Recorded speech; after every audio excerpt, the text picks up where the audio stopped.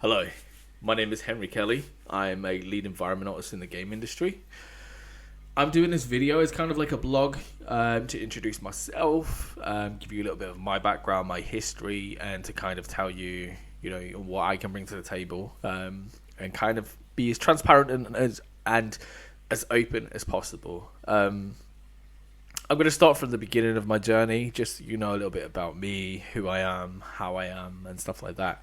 Hopefully you enjoy it. So, like I said, Henry Kelly. I've been in the industry for about 8 years now. I'm currently a lead environment artist at Ubisoft. I've been at Ubisoft for about a year and a half. And yeah, really enjoying it. But I'm going to start my journey at the beginning. So, I started 3D art probably when I was like 12 years old. And I started on a game called There. It's called There.com. Came out in 1998, I believe. Very, very, very long time ago.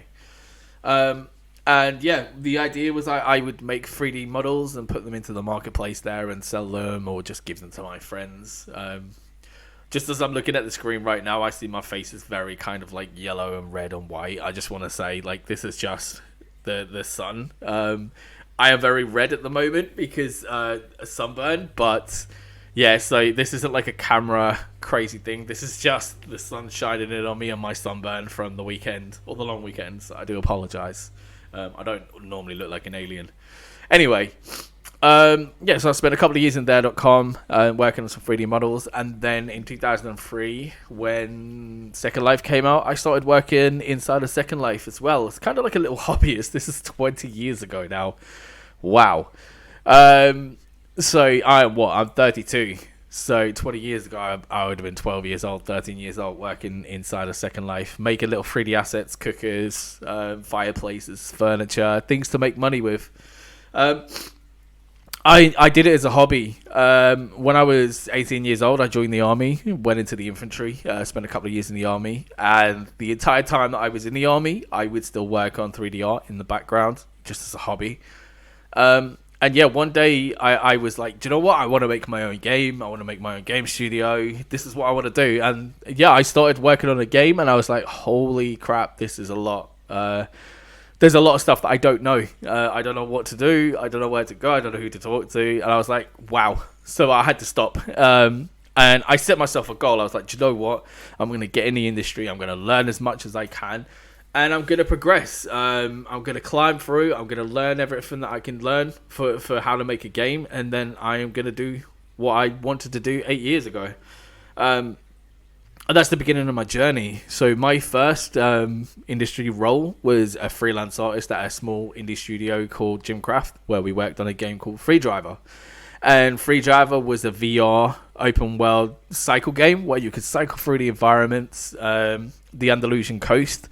You would plug the VR headset into an ergometer, which is like a bicycle you get in the gym, and you could cycle through environments. And depending on the terrain and the steepness, the cycling would be heavier or it would be lighter. So there was a lot of really cool stuff there. But quite quickly, I learnt like the cons of working in the industry.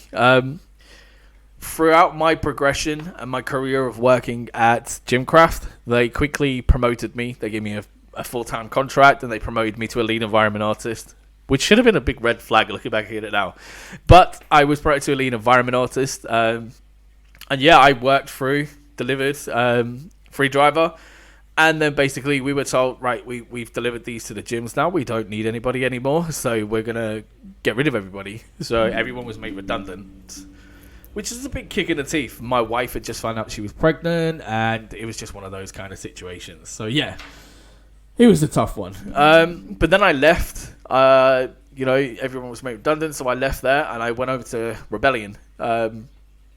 Which was really, really fun. I joined Rebellion with the understanding that although I was a lead environment artist at Gymcraft, I actually was a junior. But what they said to me was, what we will do is we will give you a junior salary, and we will give you a senior role. Now, if you act up to what we're expecting for you, you can stay in a senior role, and we will bump your salary up. If you don't, then what we will do is we'll just demote you back to a junior, and you can kind of, you won't get any less pay because you'll be in a junior position. So I was like, okay, that's fine. Within 3 months of me working at Rebellion, I was given a permanent contract and a pay rise. So I was really happy with that, probably because I pushed for the pay rise as well, to be fair. But I was happy with that. I worked on the end of Sniper Elite, so I worked on some of the DLCs, only small assets and music boxes and things like that. And then I worked for the majority of Zombie Army 4 as well, so creating the modular systems, worked on the military base, most of the vegetation as well. I also worked for some of the vegetation for Sniper Elite 5 during the pre-production stage or the foundation stage, the really early times. And I also did a bit of cinematic work for Strange Brigade. So some of the cutscene assets that you will see in the introduction trailer or the release trailer, you can see some of the assets, the parachute, and a couple of other things that I made for it. So yeah, really proud of those kind of moments. I also gave a little bit of feedback and guidance in terms of modularity for Evil Genius and how the system worked and what I thought would be really good and what wouldn't with some of the other environment artists there. So I had a little bit of input there. I was in the process of becoming a lead environment artist at Rebellion. I'd applied for a specific project to become a lead for that project. However, my mother-in-law got very ill, so I told my wife to take the kids, head back to Kent, so southeast of England, because we were up in Oxford. So I said, just go back to Kent, take the kids with you, spend as much time with your mum as you can, and I will come back as and when I can. Now, obviously, this is pre-COVID. Pre-COVID, there wasn't a lot of remote work, so because of that reason, I had to leave Rebellion. So I left Rebellion and went to Offworld Industries, where I worked on the delivery of Fallujah, one of the biggest maps that they were working on at the time and releasing. So I worked at Offworld Industries on Squad, and then after an amount of time there, again, a crap situation. And this is the thing now, I want to give you the transparency in the story so you can decide for yourself whether or not, it's worth doing and what I'm doing. So when I was working at Offworld Industries, we all went over to Japan for like a little holiday, and during that time we were pulled into a conference and they said, hey everybody, we're not opening a studio in the UK anymore, so if you don't move to Canada, we're going to have to fire you. I had a couple of conversations with my wife and I was like, how can we make this work? What if I work in Canada for 3 months and then I come back to the UK for another 3 months? My wife and I, we have 6 children together, and 3 of them are my stepchildren. So we didn't want to take the stepchildren away from their dad, and we didn't want to move everybody around. So I was like, I will go to Canada 3 months, I'll come back. And she was like, we come to an agreement with that. However, the owner of Offworld basically pulled me aside and said, what the situation is, what's going on. I explained what we discussed, and he was like, no, you move to Canada with your wife and the kids, you tell your wife to leave her kids with her husband, or you just move over here and forget about your wife and kids, or we're going to let you go. And I was like, dude, I am not going to work for somebody with that kind of mentality. Family is everything for me. So I put in my notice straight away and said that I'm going to take the redundancy, and I'm not going to work for someone with these kind of values and morale. So I left Offworld Industries and kind of had like a question, in the back of my head. I was like, do I really want to work in this industry? Is it really family friendly? And I took a sidestep. So I'm just playing with the camera to see if I can try and sort this blooming blare on my face out, because it is crazy. So yeah, I kind of took a sidestep from the industry and I went to teach at a university in London. So I taught the Game Arts bachelor's degree, which is an entry level, 4001, which is like an entry level bachelor's.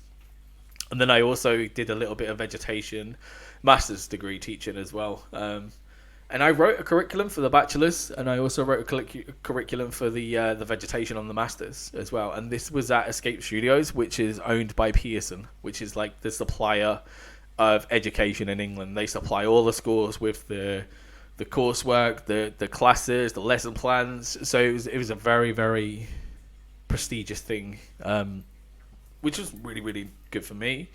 Good history, good kind of thing to lean on, good knowledge. I spent about a year and a half teaching, and then COVID hit.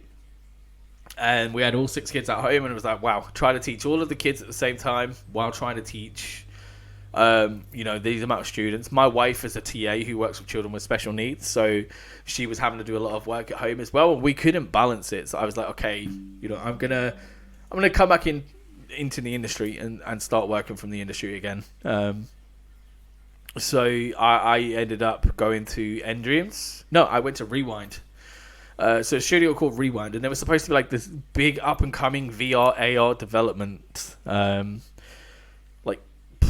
studio. I spent 4 or 5 projects I worked on there. There was the Formula One project. There was the Red project. I'm not going to mention that because I don't know what the situation is with them.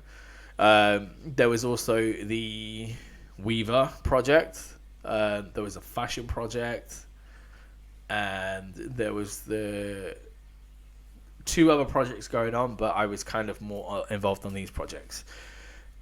The short of it was, none of these were games. Like, it was all media related, and my heart wasn't in it. So I was like, you know what? I'm gonna leave, and I'm gonna go and find another studio because that's where my heart is. So I left Rewind and went over to Endreams, where I worked on Project Black, which I think now is called Spectrum. And yeah, I mean, it was a very enjoyable experience, but for me, the art director left the studio to open a new studio, and then our junior concept artist was promoted to an art director, which for me was a big red flag. At this point in my career, I know what does and doesn't work well in the industry. One of them being a communication problem, one of them being the management not really knowing how to run a tight ship. So I actually saw a lot of my artists quickly dropping off, applying at different places, moving around, and I was like, I can see why they're jumping the ship. So I decided to leave Endreams as well. And then I'm here at Ubisoft now, where I've been for a year and a half, working on a new IP, really, really cool, exciting stuff. But recent things, I don't know whether I can or can't say. Recent things and the cost of living crisis, some people won't be getting pay rises across the board. Not at Ubisoft, I'm assuming it's across the board. And that for me has been an eye-opener of like, right, I've been earning people money for a long time, working on their games. My job as a lead environment artist is to plan a game. It's to plan the project, it's to plan the delivery, it's to plan everything we're going to need for it, and then it's to manage the team doing that. And I'm at a point where I've learned enough and I have enough experience and enough connections now to go down that route. So this is what this video is. It's to give a little bit of an explanation into me, to give you my background, my history, and to let you decide whether or not I'm worth investing into. One of the other things I want to mention as well is some of my artwork has been groundbreaking. For instance, you will see if you look at my portfolio on ArtStation, the Ivy that I did. This was kind of like at a process when vegetation was starting to become more next gen, and what I'd found was ways to create this Ivy for a low cost, low budget, and low FPS, high FPS, low performance, and make it look photorealistic. And it was actually showcased by GDC 2018 from the Algorithmic team. And then I went on to do an interview with Algorithmic about my process and kind of break it down and show other people. So I'm all about being transparent and sharing so we can progress the game industry as a whole. I was also approached by CRC Press, Taylor Francis, to work on a book which they promoted. It's called Environment Art in the Game Industry, a guide to rich and realistic environments. That I didn't think of the title, it was them. But basically, it was writing a book on things to do in processes in the industry, what a level designer does, what an environment artist does, and kind of how they will work together, how to set dress an environment properly, what to look for, how to storytell in both the environment and in the materials and the objects that you make. And yeah, it's been released for over a year and a half now, and I feel like it's doing rather good. I may be wrong, but yeah. So I've been in the industry for 8 years. I've published books.